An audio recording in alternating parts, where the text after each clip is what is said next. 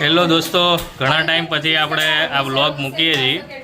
તો આજે આપણે વડાપાઉં અને દાબેલીનું પ્રોગ્રામ છે.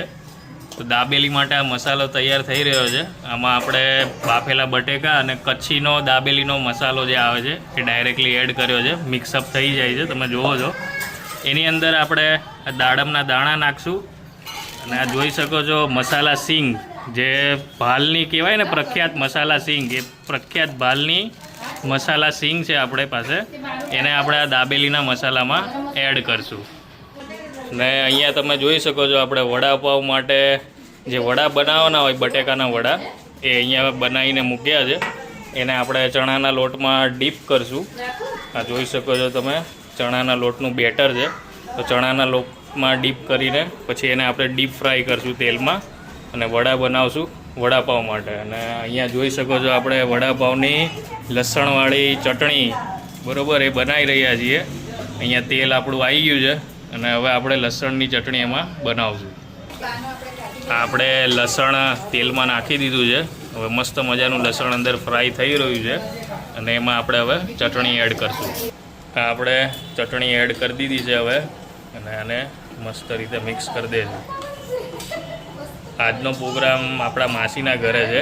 આ આપણા માસી છે, એમની ત્યાં વડાપાઉં દાબેલીનો પ્રોગ્રામ છે આજનો. તો માસી જ બધું બનાવી રહ્યા છે. આ લસણની ચટણી વડાપાઉં માટે તૈયાર થઈ ગઈ છે. આપણો દાબેલીનો મસાલો તૈયાર થઈ ગયો છે. સિંગ નાખી દીધી છે, બટેકાનો મસાલો, કચ્છી દાબેલીનો મસાલો અને દાડમના દાણા બધું અંદર મિક્સ કરીને બનાવી નાખ્યો છે. આ આપણા દાબેલીના પાઉં આવી ગયા છે. હવે આપણે દાબેલીનું ફિલિંગ ચાલુ કરશું. આપણી દાબેલીનો મસાલો ફિલ થવાનું ચાલુ થઈ ગયું છે. આપણે દાબેલીનો મસાલો અંદર ફિલ કરી દીધો છે. આપણે પાવને જ્યારે તમે કટ કરો તો પાવને છે ને હંમેશા આપણે આ સાઈડ પાછળ રાખતા હોય ને, આગળથી કટ કરતા હોઈએ. તો આપણે અહીંયા છે ને ત્રિકોણમાં કટ કર્યો. તમે જુઓ, આ રીતે ટ્રાયેંગલમાં કટ કર્યો છે અને એની અંદર આપણે ફિલઅપ કરશું દાબેલીનો મસાલો. આ આપણે હવે વડાપાઉંના વડા બનાવવા માટે તેલ મૂકી દીધું છે અને બટેકાના જે વડા હતા એને આપણે ચણાના લોટમાં ડીપ કરી દીધા છે અને હવે આની અંદર આપણે એને ફ્રાય કરશું. તમે જોઈ શકો છો આવી રીતે તેલ આવી ગયું છે કે નથી આવ્યું ખબર પાડવા માટે છે ને એટલું થોડુંક અમાઉન્ટ નાખવાની, એટલે ખબર પડે. આપણે વડું અંદર એડ કરી દીધું છે. હવે વડું ફ્રાય થઈ જાય, બ્રાઉન કલરનું થઈ જાય ત્યાં લગી એને રાખવાનું, પછી લઈ લેવાનું. એવી રીતે આપણે બધા વડા આમાં ફ્રાય કરી લેશું. આ આપણી બધી દાબેલી ફિલ થઈ ગઈ છે. હવે આને આપણે તેલમાં ઉપર નીચે ગરમ કરીને આને ફ્રાય કરશું. આપણી દાબેલી આવી ગઈ છે. બટરમાં આપણે ફૂલ બટરમાં નાખેલી છે દાબેલી. તેલની જગ્યાએ બટર યુઝ કર્યું છે આપણે.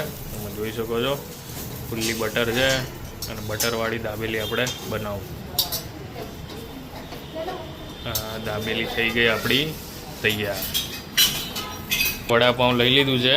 વડાપાઉંમાં આપણે આ લસણવાળી ચટણી એડ કરશું. તમે જોઈ શકો છો આપણે લસણવાળી ચટણી બંને બાજુ એડ કરી રહ્યા છે અને એની અંદર આપણે વડું મૂકી દઈશું.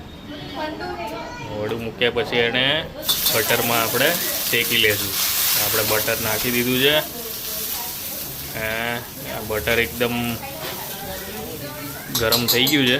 હવે આપણે વડાપાઉંનું પાઉં અંદર એડ કરશું. તો આપણે વડાપાઉંનું પાઉં અંદર એડ કરી દીધું છે અને હવે ફૂલ્લી બટરવાળું વડાપાઉં આપણું તૈયાર થઈ જશે. આપણી દાબેલી અને વડાપાઉં આવી ગયા છે પ્લેટિંગમાં.